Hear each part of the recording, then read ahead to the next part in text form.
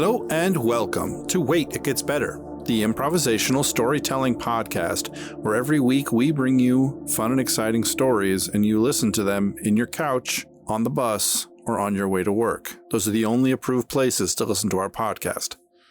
I am, of course, Levi. I'm Reed. And we're here to tell you a story. No Seth again this week, but that's all right. We look forward to his triumphant return sometime soon. Should I give a little recap and then we can talk about our stories? What elements did we can bring that up. I had random insert. What did you have? A wild card. So this is going to be a crazy wild episode full of twists and turns. So the story so far is we join Lexington. Is that his name? Yeah, Lexington Malcolm. Lexington Malcolm. He's heir to the Wilkins house. Yep, and he is joining the Marble Halls, which is the large, established sort of UN-style court that exists in this world for the first time. His small city-state is vying for power and trying to rise up in the world. After a war, world war, or a calamity, a lot of countries and smaller city-states kind of degraded back into a feudal system. The three most powerful countries kind of established this thing called the Marble Halls, a large superstructure where deals and peace can be made, is what they say. What this story is a sort of a political intrigue versus drama based on political maneuvering, covert ops, things like that. We pick up as Lexington enters into the Marble Halls with his compatriots. He's got a couple different compatriots with him. He has a recovering assassin, a trained assassin who never actually was an assassin, named, right. What was her name? Cherie. She's the orphan daughter of a husband and wife assassin team that were just legendary among the Assassins Guild. And she was, but her parents did not want her to follow in their footsteps, but she knows a lot about it. Right. And then we have a kind of slimy covert ops guy, kind of a risk management guy, kind of a KGB guy who has sworn his life and his service to Lexington and the Wilkinson nation, but he's got some skeletons in his closet that he's not willing to take out and throw away yet. And his name was R.J. Wilkins? Yep. And then what was the other guy who came with him? Oxford. He was a middle-aged kind of court creature, kind of bard, storyteller, entertainer. He was fast with a deck of cards. He was legendary in his gambling ability. You kind of compared him to Tom Maryland. Right. He was from Tom Maryland. Absolutely. He was the inspiration for this quartet member. He really took a shining to Lexington and liked him because of he was righteous. Lexington is kind of a righteous dude. He wants to do the right thing, and his honor and his integrity mean a lot to him. He wants his word to mean something. Yeah, and why would they come now to the Marble Halls? I think what we determined last week is that they had kind of they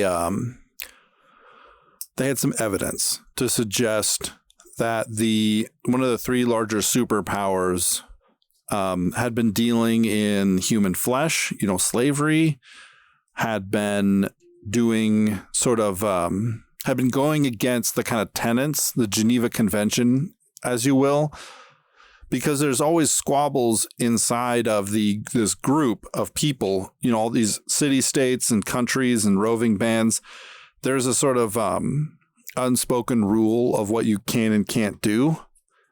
And Lexington has got his hands on some, whether they're data tapes, whether they're pictures, whether they're signed and sealed documents that suggest that one of the countries is trying to manufacture the descent between the city-states in order to have the city-states kind of provide a buffer between the countries, right? Better to keep them off their footing with each other than to allow them to rise up and maybe become a fourth great superpower or topple down one of the larger countries. So that it's kind of a political intrigue. I like to compare it to, there's a lot of this that happened in a lot of different courts throughout the years in our own world, like I was just reading about Queen Elizabeth's not rise to power, because her rise to power was kind of quick because her sister died and named her heir. And so she became queen. But her work with her advisors, how she would pit advisors against each other in order to get what she wanted passed, Wheel of Time has a thing. I'll reference Wheel of Time a lot. I'm almost through the books, and so I'm really loving them a lot. Has a thing called Deus Damar, the game of houses. And that's kind of what the marble halls represent. There's the game of houses between the city-states. There's the game of houses between the corporations. There's the games that are run between the servants. Everyone participates to some degree. Information is always for sale. So my thought is, Reed, that the goal of Lexington is to kind of find someone who can make decisions or who is honorable in one of these countries, and then softly reveal the information that he has in order to see justice done. Right? Cool. Yeah. The squabbles between city-states, the big countries don't really care about. Some would say they encourage. Some would say they start. Right. Everybody's a conspiracy theorist at some point. Right. But it's the accusations against the city-states, the large countries, the large domineering superpowers, that if you can find the right person to tell it to prove it to, you can secure your own country's power. And you can oftentimes see some injustice reversed to a degree. Obviously, it's a large country. Mm-hmm. Who knows where the slaves will be sent off to once they're rescued, but maybe they won't be slaves anymore. Okay. So you had wild card, which is basically you get to choose your own. Yeah. Which one did you choose, if I can ask? I chose unique artifact. Okay. And so the story on how this came to light, it was actually Cherie who was really intrigued in studying the history. She had found her way to House Wilkins. Yeah. And, she wanted to get away from her parents' circle, and she was well equipped to kind of fit in wherever she wanted to go. But she really took a shining to both Oxford and Lex, and became part of their quartet. One of the things that I found intriguing about the genre you picked, this notion of the game of houses sort of thing, is that you have different groups that work together, which will always be the case. For example, each if you work in a certain type of industry, you learn the slang that's specific to that industry. And of course, everybody knows, like soldiers, they have their own way of talking to each other, and farmers or what have you. But court slang, it was especially, in the marble halls, and the way, you have ways of speaking diplomatic speak, and you can cover a deep insult in just language that is just flowery and pleasant and agreeable. Yet, it's levels between below levels between below levels, kind of wheels within wheels. Yeah. Right. And one of the things that happened was when she had gone on she'd met a friend, and they decided to go on an excursion, and the history of Wilkins, they traced back to the west. There was some heavily forested hill country, and that was they found the original headquarters and supply bunkers and machine of shops the Wilkins Regiment the brigade, the brigade, Colonel Malcolm's brigade. Of what it was a compound that was set up, and he had they were second tier reservists. So these guys were like in their 40s. Right. And they had served their active duty, but then they remained on the list. So they would do weekend warrior and summer camp, and they would rotate through, and they had engineers and they had mechanics and people that serviced the equipment, made sure everything was still working, and then they had shops for fixing anything that broke down and whatnot. And she found the communications shop, and one of the supply store rooms, they had a whole bunch of equipment. And one of the things she found was they had communications devices that were very slick. These were short range. I don't know, if they'd be UHF or whatever, but they were kind of short range, meaning like 50 to 100 miles. Yeah, or maybe even less. It was just for tactical communication within 15 miles. Yeah, within the organization, and they had very slick equipment. They had low profile earpieces and lapel mics, so you wouldn't see, like, in Kevin Costner and The Bodyguard, with the little spiral thing coming out of the ears. You can always tell the bodyguard types, right? Right. The Secret Service guys. Right. But this talking into their shirt cuffs. This was a next generation, low profile, really high tech equipment. And she was able to score a bunch of sets like this. And this was like unheard of for the time. Right, because a lot of the tech had been blown up. A lot of the war had been focused on rendering communications ineffective. Right. But and all that. But anyway, she found these, and one of the things that was really interesting is they were were both light/solar powered, and they had alternative power supply options, and biopowered was one of them. So, for example, soldiers wearing this, and when they're doing physical activity, they're powering their equipment. Okay. See what I'm saying? So these are things that you just pop them on, and you're not worrying about batteries. You're not worrying about super high tech, even more high tech than today. Right. And this is the unique artifact that she and Lexington, Lex Malcolm and Oxford, they've got this, and they're kinds of things. This is a kind of thing you don't want to you want to keep it a pretty small group of people, because you don't, but it's a kind of a thing you could hand out if you were going to have an op of some kind. You could equip your troops with this, and you could really enhance. It offers obviously interesting tactical advantages, right? Oh, and even like information. Right, information sharing. Just yeah, and one of the things that Lex and Oxford and Cherie did is they worked on teaching each other the things that they knew about the secret languages, like the military battle languages, and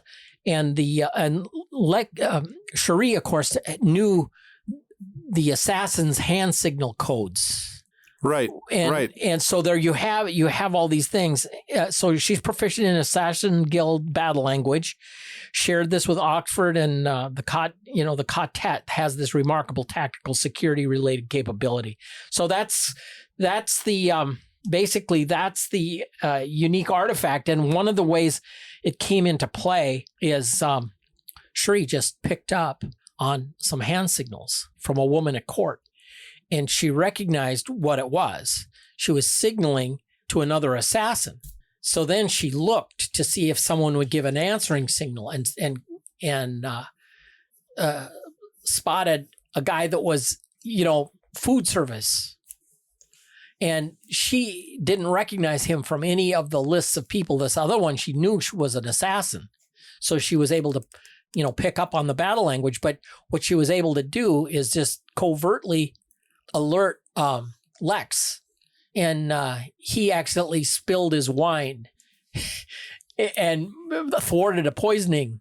Right. So I would imagine that's a bit of the prestige that Lex brings as he enters in to these ballrooms, to these horse races, to these fist fights, to these, these events that he goes to, is he has the power of this assassin. Not the power, but he has the information of this assassin. He has the information of Oxford, and he has the information from RJ, who is not part of the quartet, right? But is still supplying him. And so soon people start to think, what is he? You know, he seems to be able to know what people think. And it's not, he's got good powers of deduction.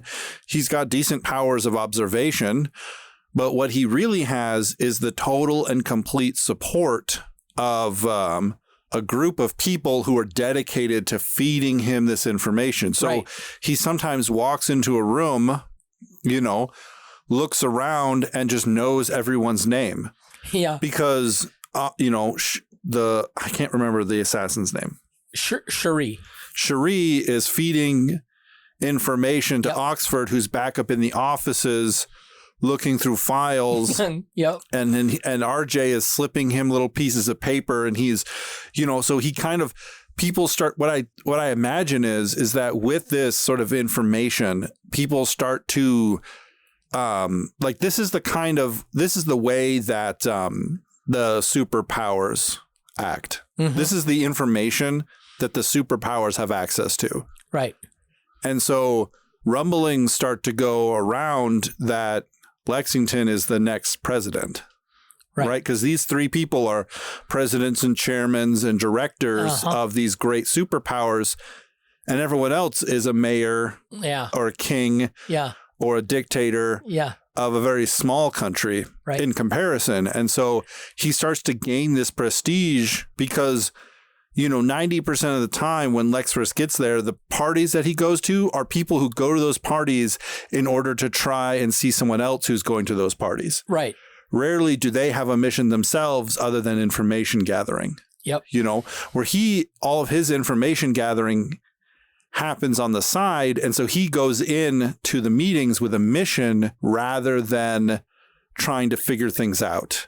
He doesn't need to worry about sending off signals because he has all the information he needs. Right. He walks into a room and through signals and gestures, servants leave the room in order to jot down his face, go look it up in files, figure out who he is, so that in 2 or 3 days, when they go to another party, the representatives and the regents and the ambassadors can know who he is and what he's about. But he comes into the room already knowing their names. Yeah. That's really cool. I like that. So it's like some next gen communication tech that gives them this kind of edge and, kind of unfortunately as well positions him above a bunch of people. If you walk into a room and someone forces you, I think about Ender Wiggin in Ender's Game, where right away the people in charge, this is a book by Orson Scott Card, right away people start positioning him higher than his other classmates. Right. And it ostracizes him from them, but also gives him an air of mystery. Yes. So the same thing happens to Lexington, where at first he's like, I just want to go in and see if I can make some allies, but he has all this information and he starts to use it. And all of a sudden he's like a cut above them. He's not putting himself above them, but he's been placed above them. Yeah. That's interesting. And then for example, you have the poisoning plot. They managed to thwart it without ever blowing their cover. They think, well, I'm just my attempt was foiled by bum luck. They don't know And now they have the advantage of knowing who this guy is. He's an assassin, will probably be ordered to strike again. And it's, but you might learn more from following the train of who he's answering to, all of that. Well, it's like after the Allies broke the Omega Code, they couldn't just let everyone know they broke the Omega Code. Yeah. They had to kind of keep it secret and just do enough to win the war and not do so much to make the Nazis switch to a different code that they would have to spend years breaking again. Right. Interesting. So my random insert is Xavier.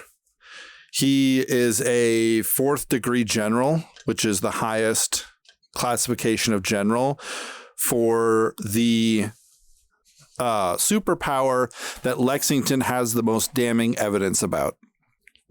And he's a drunk.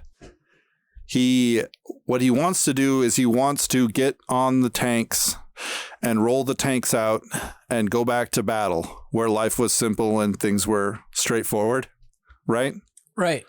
He wants to command men who will follow him and know that he's dedicated to them, just like they're dedicated to him, that asks no more of a man than to do anything that he'd be willing to do. Right. And he was kind of rowdy in the last few years of his career, really kind of pushing forward. He is the one who overthrew the country that the Wilkins Regiment was a part of. Okay. Right? He was the commanding officer for that. And because of that, he wasn't supposed to do that. That wasn't in the plan. The Wilkinson Regiment, the reason why they have such great tech is that they were not like officially supplied, but kind of supplied by this superpower, right? Okay. And he got such great accommodations, I'm making air quotes for that he was permanently retired, right? And being permanently retired doesn't mean that you get to go off and do whatever you want and relax. It means you get assigned to the marble halls, where you get paraded around as the war hero you are. So he gets wined and dined everywhere he goes. He gets anything he wants, anytime he wants, and he's sick of it. Okay. He's old and tired now. He's tired of the games. He's tired of the politics, of the intrigue. His prestige was so high that his wife was forced to leave him. Yeah. Because the power dynamic was so great. He's never seen he hadn't seen his children since that day, like 30 or 40 years ago. Oofta. Yeah. He knows about them, but he's been in the marble halls since its founding, basically. And he is held up as the great and esteemed general of this superpower. And he's just kind of over it. He's still very patriotic. Like, it's his country, He believes that what he did was right. And he doesn't understand how he has been manipulated. He knows he's been manipulated since then, Right. To go to certain parties, to encourage to talk to certain people about certain things. He understands that, but he doesn't understand at the base level how much the people telling him what to do when he was commanding tanks and regiments of men, how much they did not care. Yeah. I talked about a couple of weeks ago about how certain sections within the CIA might be corrupt, but maybe the CIA as a whole is good. He was a point man for one of those sections that was serving some ulterior motive that could have justified to itself that it was in the country's best interests. Right.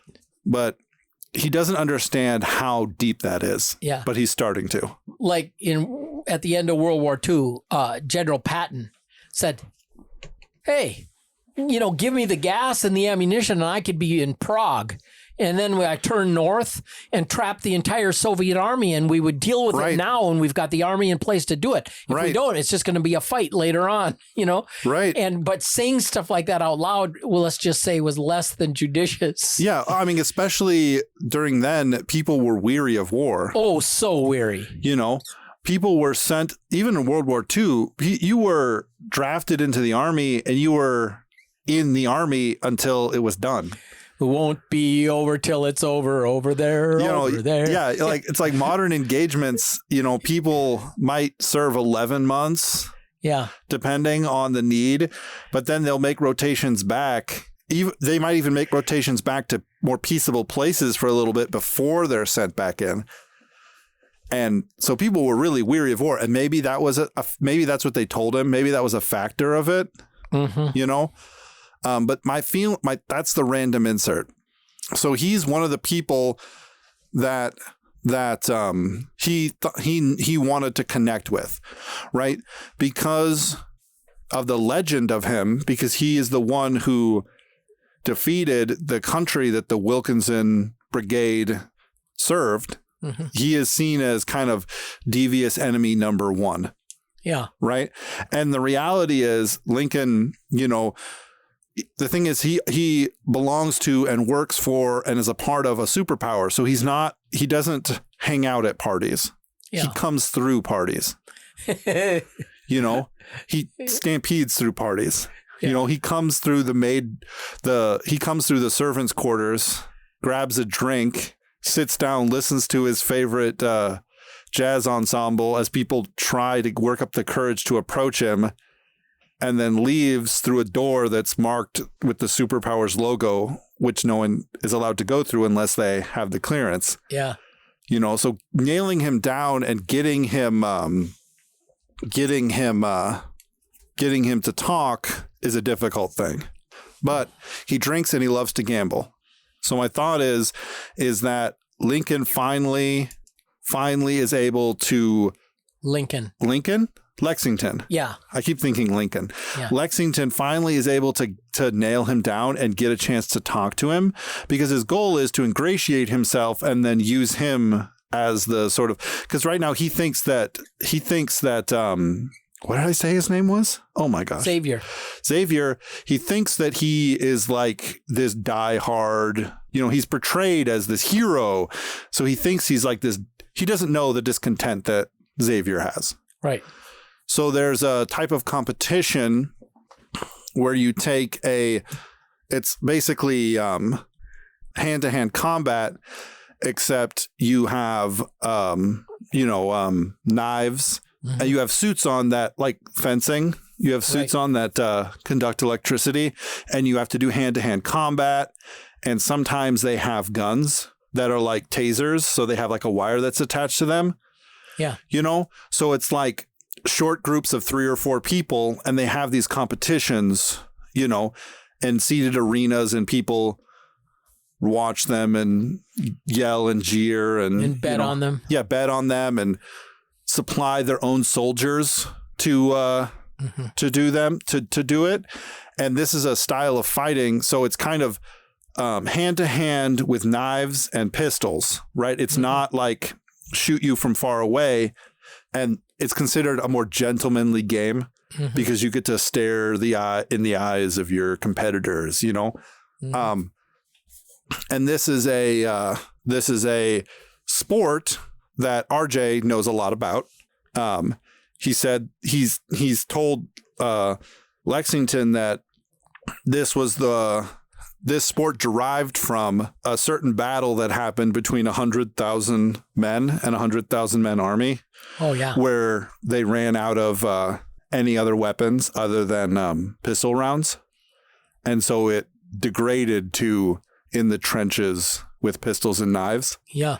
Because each side was forced together, and that's really horrifying. But as horrifying as that is, it kind of gave rise to this sport of kind of fighting with a knife and a pistol in one hand, and kind of, with a pistol, it's really easy to, I say dodge a pistol.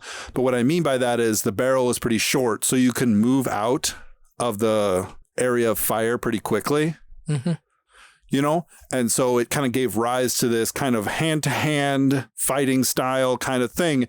And every officer now is trained in this sport, quote unquote, and soldiers on the front line make a game of it, and it's like fencing now. Yeah. Now they use, the taser style weapon and the, blunted knife, but still it results in whatever.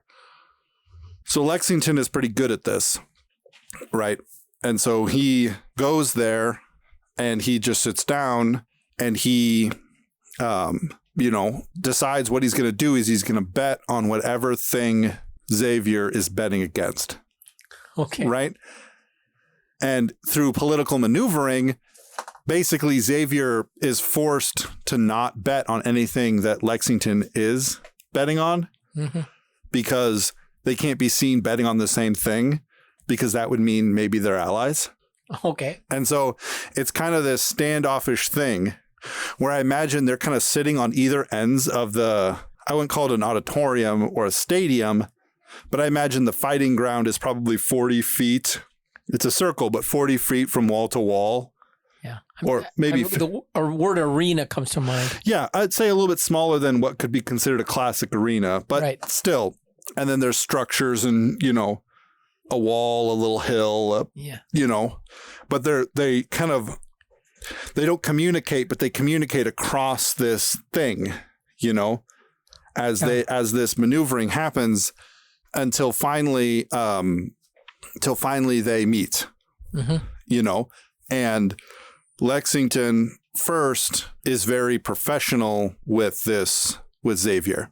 He's very, my lord, and, Master General, and, all these things.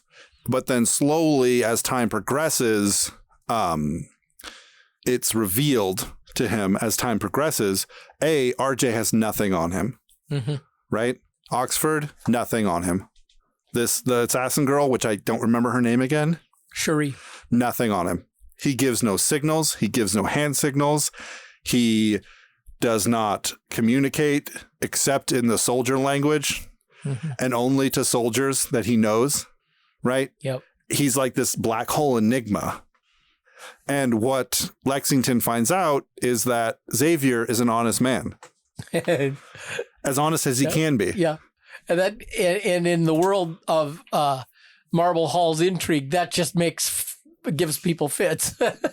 Right. Gives people fits, but also makes more intrigue. Yep. I think about Randall Thor in The Wheel of Time. He goes to Kyrian to accomplish something. And he goes, I am not going to do this. We're going to change the laws. And everyone goes, ooh, interesting. I wonder what secret message he's trying to share. And Rand is like a 20-year-old boy being like, I just want to figure out what's going on. Yeah. That's kind of how I imagine this Xavier is. He's like, I don't care. Yeah. Where Lexington is kind of wrapped up in this game. And so he's one of the people that Lexington begins to trust. But of course, Xavier is never left alone outside of his rooms. Yeah. And so he's one of the people that he's like, can I bring this this information to? Yeah. And it's difficult for him because Xavier is incredibly patriotic. His country saved the world. His country is the beacon of light in the world. Okay. And they haven't done everything right, but his country is the one that did it. Yep. If there is a right path, it's the one his country's on. And that's really kind of, you look at that because it's like, well, what are you talking about?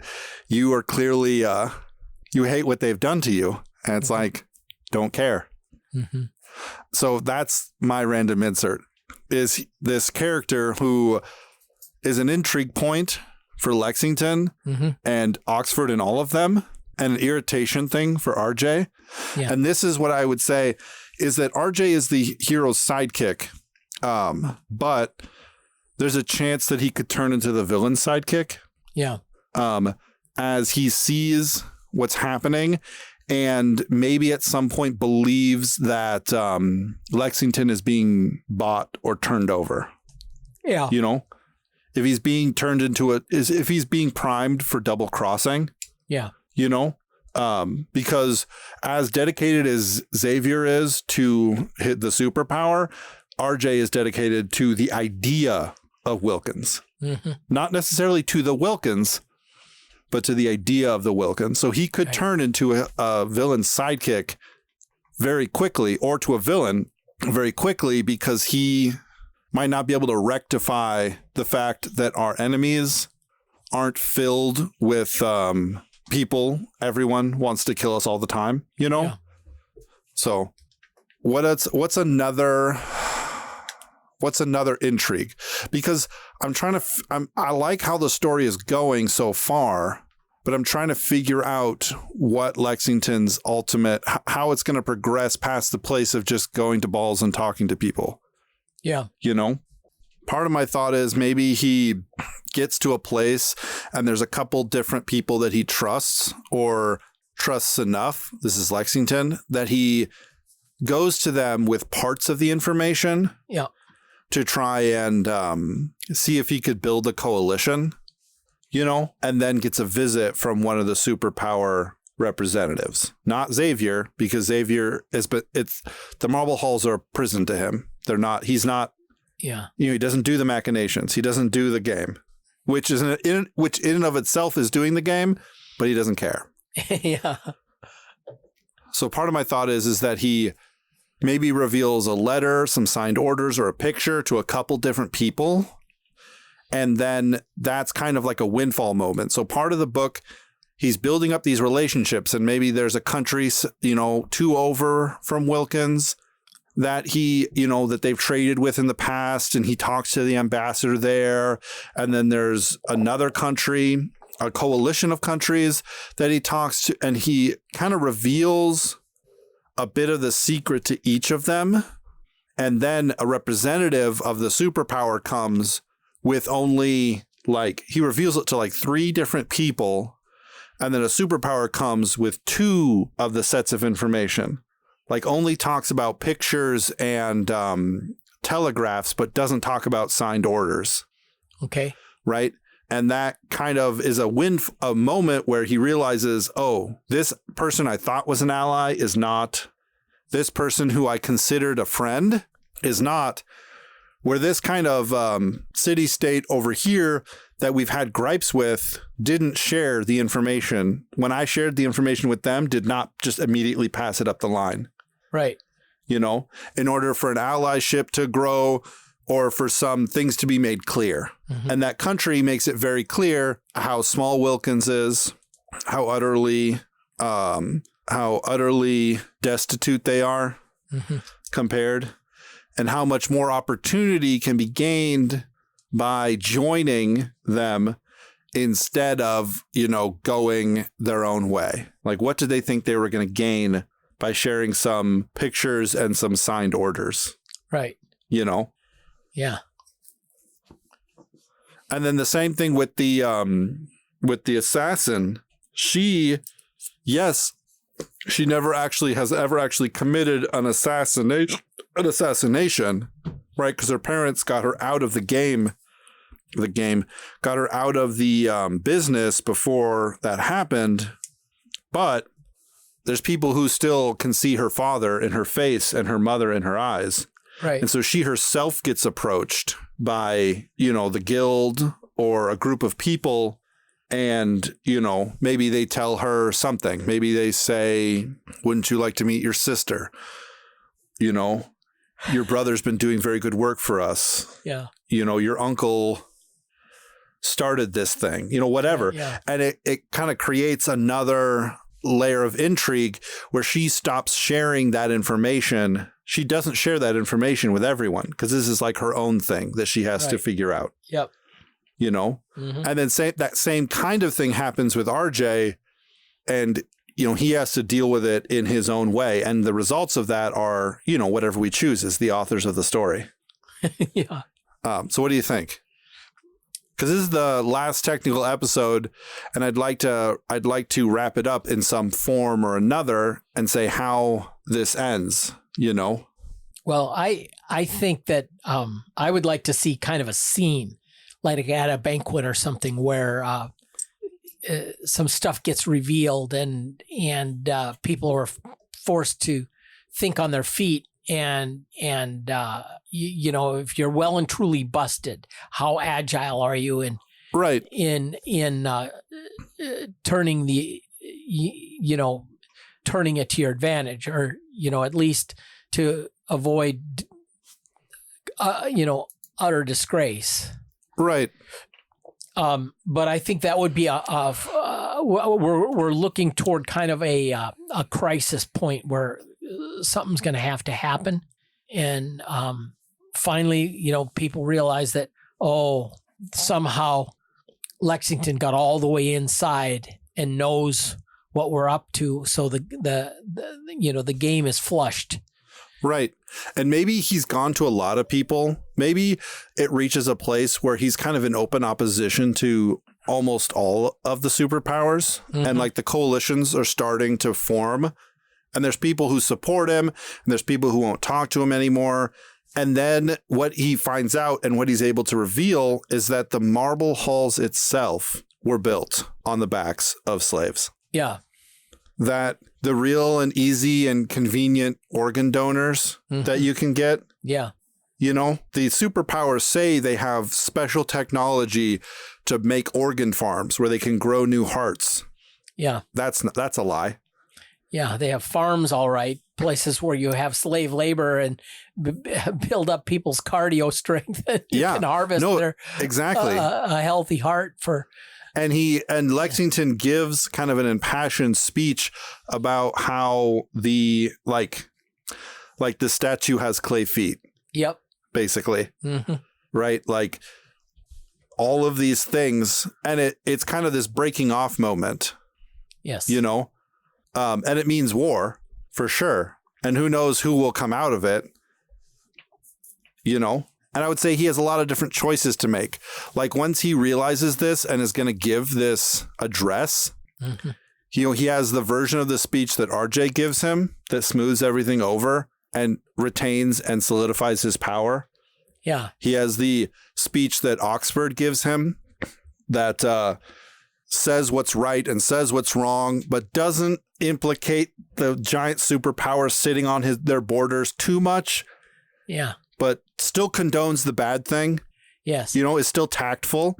And then he has the speech that he wrote, which Xander? No. Oh my gosh. That the general reads and says Xavier and says, what are you going to lie to them? Yeah. You're going to lie and pretend to lead them later? Yeah. You're headed towards something great, and you're going to start it off by lying and leading them later. Yeah. What do you think in 6 months, in 10 months, in 2 years, in 10 years, you'll finally tell them the truth? Or will you hide it just like they've hidden it? Yeah. Is that what's the plan? Is that what the plan is? Yeah. You know? And so of course, Xavier with his damn the torpedoes full speed ahead modus operandi, he's all for they're busted. Let's flatten them when we got the chance. Yeah. His like Xander and Lexington have already had their yelling matches. Mm-hmm. You know, Xavier has already used his soldier hand talk and sent back, unbeknownst to Lexington, has sent the order back down the chain via trusted sources to begin gathering aged and decrepit tanks without tracking devices in them. Because like, it means it's war. Yep. You know, he's going to fight whoever it is. And he's like, I would love to follow you. I would love to join Wilkins. But if you read this, as he holds up the carefully crafted, articulate letter, then you might be righteous and good now. Yeah. But give yourself 20 years before you are striding these halls, telling yourself you did the right thing for the right place and the right time. Mm-hmm. And that's the end. Cool, man. Ladies and gentlemen, thank you so much for joining us for this episode of Wait, It Gets Better. If you like this episode, let us know. Send me a message on Twitter at @GetsBetterCast or send me an email at waititgetsbettercast@gmail.com. If you thought this episode was stupid, that's totally fine. We try to make one every week that's entertaining and interesting, mostly to us, but also to anyone who wants to give us any creative or constructive criticism. Join us next week as we talk about this episode, talk about our inspirations, talk about our thoughts on, I guess, geopolitics and the maneuvering of people in power. So it might get a little bit heated. Thank you so for joining us, and don't forget to wait, because it gets better.